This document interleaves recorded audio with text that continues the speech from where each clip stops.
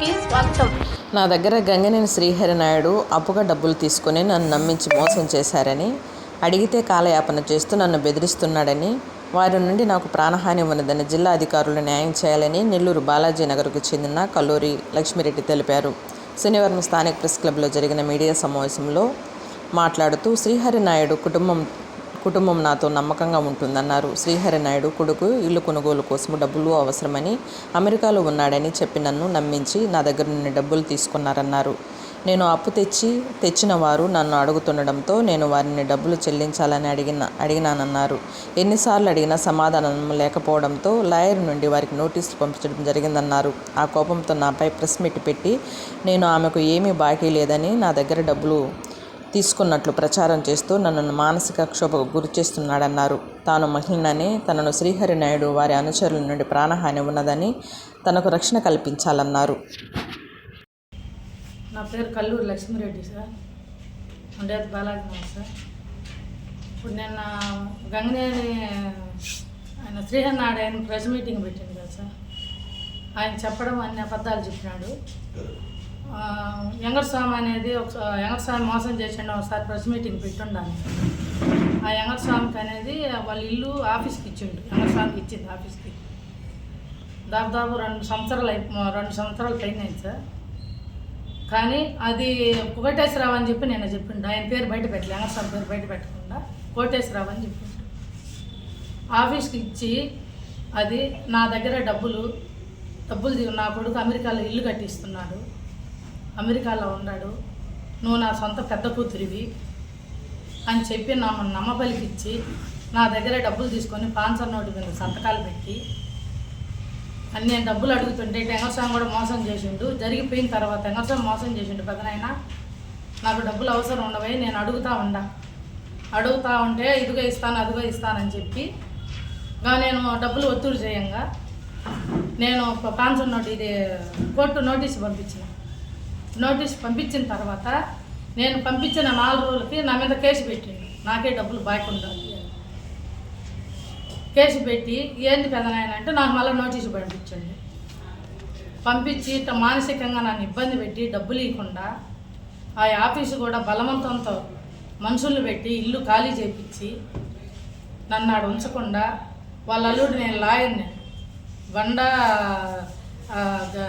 ఏదో వాళ్ళ ఇంటి పేరు శ్రీనివాసరావు, నేను లాయర్ని, నేనేమైనా చేస్తా, ఏ కేసులో అయినా ఇరికిస్తా నిన్ను అని చెప్పి వాళ్ళ పలుకుబడి ఉపయోగించుకొని నన్ను మానసికంగా ఇబ్బంది పెడతా, నా డబ్బులు నాకు ఇవ్వమంటే అడిగినందుకు ఈ రకంగా తప్పుడు కేసులు పెడతా, నన్ను బెదిరిస్తా, నీ డబ్బులు ఇవ్వను, నువ్వేం చేసుకుంటో చేసుకో, నువ్వు నెల్లూరులో ఉంచాను, నువ్వు హైదరాబాద్లో ఉంచాను, నేను నెల్లూరులో ఉంచాను, నీ దిక్కున్న చాటు నువ్వు చెప్పుకో అని చెప్పి ఈ రకంగా నన్ను ఇబ్బందులు పెడతా కొంతమంది మనుషులను పెట్టి బలవంతంతో ఇల్లు ఖాళీ చేయించండి ఆ నుంచి లేకుండా నేను వస్తా పోతున్నాను సార్.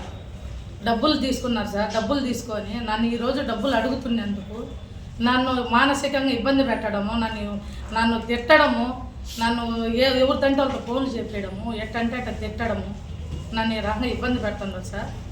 నిన్న ప్రెస్ మీటింగ్లో ఏందో రక్తం మరకలంట, ఏందో శవం అంట సార్. ఏమన్నా అది అసలు ఏమన్నా ఆ మాటలు అంటారు సార్. అది శవం ఏంది, రక్తం మరకలేంది సార్. ఎవరు తప్పుడు అన్నీ ఏందో కాగితాలన్నీ నాకు తెలవకుండా, ఇంటి తాళం ఉంటే ఇంటి తాళం ఆయన దగ్గర ఒకటి పెట్టుకుంటాడు నాకు తెలవకుండా. మేము పోనిచ్చి ఇండ్లు తాళాలు తీసేది అన్నీ ఎత్తుక్కుండేది. ఏందో కాగితాలు తీసుకోండి, ఏంటో కాగితాలు అంటారు, ఏందో ఆడిటర్ అంట, ఏందో కాగితాలు అంట, అవి నాకు తెలవదు. అది మేము తీసుకోలేము, అసలు నాకు సంబంధం లేదు. అవి ఏ రకంగా పుట్టించుకున్నారో కాగితాలు, దొంగ కాగితాలన్నీ పుట్టించుకున్నారు సార్. నేను డబ్బులు అడిగినందుకు ఏ చెప్తున్నారు, డబ్బులు ఎక్కొట్టేదానికి నేను ఆడ మనిషిని సార్. నేను ఆడకోడు పెట్టుకొని ఏడకోడు పెట్టుకొని ఆడప్పు తెచ్చి నేను ఫ్లాట్ల బిజినెస్ చేసుకుంటాను సార్ హైదరాబాద్లో. ఈ చాలాని పేరు చెప్పి ఈ వెంకటస్వామి చేసిన పనికి అదే ఇంట్లో ఆ పెద్ద ఆయన శ్రీహరి నాయుడు ఇంట్లోనే ఆఫీస్ పెట్టిండు. ఇది వెంకటస్వామి జరిగిన తర్వాత ఇది జరిగింది పెదనాయన, నాకు వెంకటస్వామి కూడా మోసం చేసిండు, నేను డబ్బులు మానసికంగా ఇబ్బందులు ఉన్నా పెదనా, మీరు తీసుకున్న డబ్బులు కూడా ఇవ్వండి అని చెప్పి అడిగినందుకు నన్ను ఈరోజు మీడియా ముందుకి ఇచ్చేసి నన్ను డాన్ అని పెట్టియడము మీడియాల ముందు. నేనేం తప్పు చేసినాను సార్? డబ్బులు ఇచ్చినా, నేను నమ్మి డబ్బులు ఇచ్చినాను సార్. నేను ఇల్లు అమ్ముతున్నానమ్మా, మా అమెరికాలో మా కొడుకు, ఎప్పటికైనా మా కొడుకు కాడికి వెళ్ళిపోతాం మేము. నీకు అంత అవసరమైతే ఈ ఇల్లు కూడా మేము అమ్మేసి నీకు డబ్బులు కడతాము, మేము ఇక్కడ ఉండము. నాకు హార్ట్ అటాక్ వస్తే నా కొడుకు ₹1 కోటి పెట్టి బాగా చేయించండి అమ్మ నాకు. అటువంటి వాడు నా కొడుకు డబ్బులు యాడికి పోతే వాళ్ళ కొడుకు కూడా ఫోన్లో మాట్లాడిండు. చక్రి అబ్బాయి ఫోన్లో మాట్లాడి అక్క డబ్బులు యాడికి పోవు ఇవ్వండి అని చెప్తే ఇచ్చిన.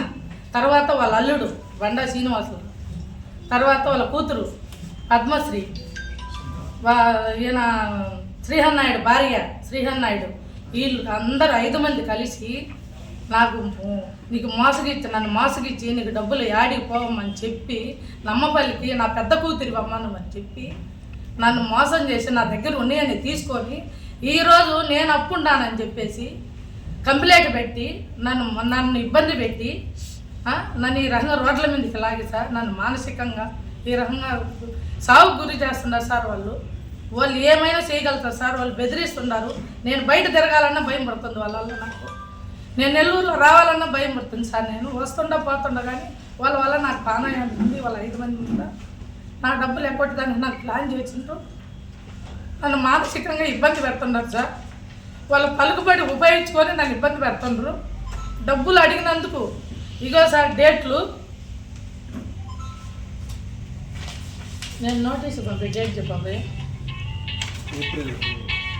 నేను అదే సార్ ఏదో నేను నోటీసు పంపించిన డబ్బులు కావాలని. నేను నోటీసు పంపించిన 4 రోజులకి కంప్లైంట్ పెట్టి నోటీసు పంపించారు నాకు. నేను మళ్ళీ నోటీసు పంపించిన తర్వాత మళ్ళీ నేను ఎప్పుడు ఇంట్లో ఉన్నది ఇదిగో పాన్సర్ చూపించండి అయ్యా, నాకు తెలవదు కదా. ఇదిగో పాన్సర్ నోటు మీద సంతకాలు పెట్టున్నాడు శ్రీహర్ నాయుడు. పెట్టి నాకు ఆ డబ్బులు తీసుకొని మానసికంగా నన్ను డబ్బులు అడిగినందుకు కథనైనా నీకు తెలుసు ఎంగర్సాం మోసం చేసి ఉన్నాడు. నేను ఆడే మీడియా ముందుకు పోయి ఉండ ఒకసారి నా పరిస్థితి బాగలేదు కథనైనా అని చెప్పి నేను డబ్బులకి అడిగితే నేను నోటీస్ పంపించినానని ఆ నోటీస్ కోసము కంప్లైంట్ పెట్టిండ్రు నా మీద. ఆమె మాకు బాకీ ఉంది, ఆమె మమ్మల్ని మోసం చేసింది అని. ఏందో స్లిప్లు అంట సార్, నాకు తెలియదు. ఏందో బ్యాంక్ అంట ఏంటంటే చెప్తాను. అవి నాకు అర్థం కాలే, నాకు తెలియదు. అవి నేను వాళ్ళకేమి ఇవ్వలేదు. ఆ ఆఫీస్ తాళం ఎప్పుడు ఆయన కాడే ఉండేది, ఆయన శ్రీహర్ నాయుడు కాడే ఉండేది తాళము. ఒక తాళం మా దగ్గర ఉంటే ఒక తాళం ఆయన కాడ ఉంటుంది. న్యాయం ఉండాలి సార్. ఇప్పుడు ఈ రకంగా డబ్బులు నా దగ్గర చదువులేదని కదా నువ్వు బ్యాంక్కి పోలేవు, నీకు రాదమ్మా, నువ్వెవరైనా పంపియమ్మా అంటే నేను పొద్దులు ఎవరైనా పంపించిన నేను హైదరాబాద్ నుంచి వచ్చేటప్పుడు కానీ నేను బ్యాగులో పెట్టుకుని నీకు డబ్బులు ఇవ్వడం కానీ నీ ఇంట్లో అన్ని మనం మాట్లాడుకోవడం కానీ జరిగింది కదా. నువ్వు సంతకాలు పెట్టుండవు కదా. నీ కొడుకు నీ కూతురు నీ అల్లుడు కూడా మాట్లాడి ఉన్నారు కదా నాతో. డబ్బులు యాడిపోవు, డబ్బులు ఇవ్వమ్మా, వాళ్ళ కొడుకు అమెరికాలో జాబ్ ఉంది, నీ డబ్బులు యాడిపోవు. నేను అందుకే కదా నా మంచితనం తాడే డబ్బులు తెచ్చి ఇచ్చిన, కొన్ని డబ్బులు నా దగ్గర ఉండే డబ్బులు ఇచ్చిన చేసిన. ఈరోజు నేను డబ్బులు అడిగినందుకు కేసు పెట్టినావు. కేసు ఎప్పుడు పెట్టినావు? నేను నోటీస్ పంపించిన తర్వాత పెట్టినావు.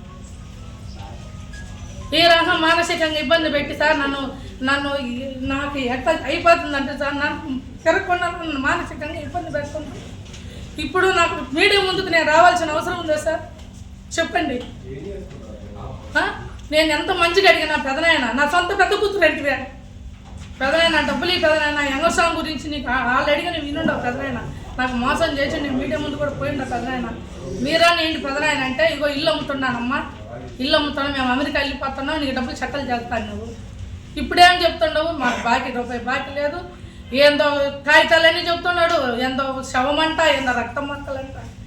సార్ ఏడన్నా ఎంక్వైరీ లేకుండా ఒక మనిషి ఇది చేస్తే ఉంటుందా సార్? ఎక్కడన్నా రక్తం మరకలు ఏంది, శవం ఏంది సార్? అంత దారుణంగా చెప్తున్నాడు సార్ ఆయనకు ఎవరు చెప్పిస్తున్నాడో ఆయనే చెప్తున్నాడో అర్థం కావటం సార్. నన్ను ఈ రకంగా వాళ్ళ 5 మంది నాకు పానయాది ఉంది, నాకు డబ్బులు ఇవ్వాలా, నేను ఆల్రెడీ కోర్టు వేసి ఉండా, వాళ్ళు కూడా కోర్టు వేసిన తర్వాత కూడా కంప్లైంట్ పెట్టుండారు. వాళ్ళు రికమెండేషన్ ద్వారా అన్నీ చేస్తుండారు. నేను ఏమీ మాట్లాడాను, నేను లీగల్గానే పోయినా, నేను వాళ్ళని పల్లెత్తి మాట్లాడలేదు. నేను లీగల్గా పోయినా, లీగల్గా పోవచ్చు, లీగల్గానే నేను పోయినా. వాళ్ళ మీదకి ఏ గొడవ పెట్టుకోవాలా, నేను ఏ మాట జారలే. ఎక్కడ కూడా. ఇప్పుడు అన్నీ వాళ్ళు అన్నీ నన్ను బెదిరియడం అయితేమి, నేను నెల్లూరులో ఎట తిరుగని చెప్పడం ఏంది, నువ్వు హైదరాబాద్లో ఎట తిరుగుతాను బెదిరియడం ఏంది. బండా శ్రీనివాసరావు వాళ్ళ అల్లుడు, వాళ్ళ కూతురు, వాళ్ళ కొడుకు అమెరికాలో ఉంటే చక్కెరి, ఆ అబ్బాయి అక్కడి నుంచి మనుషులు పెట్టి బెదిరియడం, ఈ రకంగా చేస్తుంది సార్. నాది ఏ తప్పు లేదు. నా తప్పు ఉంటే నేను ఇంత దూరం రాను. వాస్తవంగా నేను డబ్బులు ఇవ్వాల్సి ఉంటే, నేను వాళ్ళకి బాకీలు ఉండుంటే నేను ఎందుకు అప్పుడే వాళ్ళు నా మీద కంప్లైంట్ పెట్టొచ్చు కదా. నేను నోటీసు పంపించిన తర్వాత ఎందుకు కంప్లైంట్ పెట్టిన వాళ్ళు ఇన్ని రోజుల నుంచి పెట్టొచ్చు కదా. నాకు డబ్బులు ఇవ్వాలి, ఇగో నాకు ఆడ ఎవిడెన్స్ ఉంది అని చెప్పి పెట్టొచ్చు కదా వాళ్ళు. నాకు ఏ డబ్బులు వేయలేదు, ఏ డబ్బులు తీసుకోలేదు. నాకు డబ్బులు ఇవ్వాల్సింది వాస్తవం. 70 లక్షలు దాకా ఇచ్చుండా, ఆడ 25 లక్షలు దాకా ఇచ్చుండా. నాకు సాక్ష్యాలు ఉండవు. నేను ఇచ్చింది, నేను ఆడ కేసు వేసినా, ఏడ కేసు వేసిన, హైదరాబాద్లో కేసు వేసినా సార్, నెల్లూరులో కేసు వేసినా సార్. నన్ను ఈ రకంగా మానసికంగా ఇబ్బంది పెడుతున్నారు సార్. నన్ను దయచేసి ఏ పెద్ద మనుషులైనా, ఏ గవర్నమెంట్ వాళ్ళైనా కానీ, నేను ఆడ మనిషిని సార్, నాకు న్యాయం చేయండి సార్. నాకు పానయాన్ని వల్ల ఉంది, వాళ్ళ వల్ల నేను తిరగలేకుండా సార్, భయపడి. నేను ఆడ మనిషిని సార్, నన్ను మానసికంగా ఇబ్బంది పెడుతున్నాను సార్. నేను ఉద్యోగం పోయేదాన్ని కదా సార్. నేను ఈ రకంగా డానాన్ని కూడా పెడుతున్నాను సార్ మీడియా. నేను అట్లా కూడా ఏం మాట్లాడటం లేదు సార్.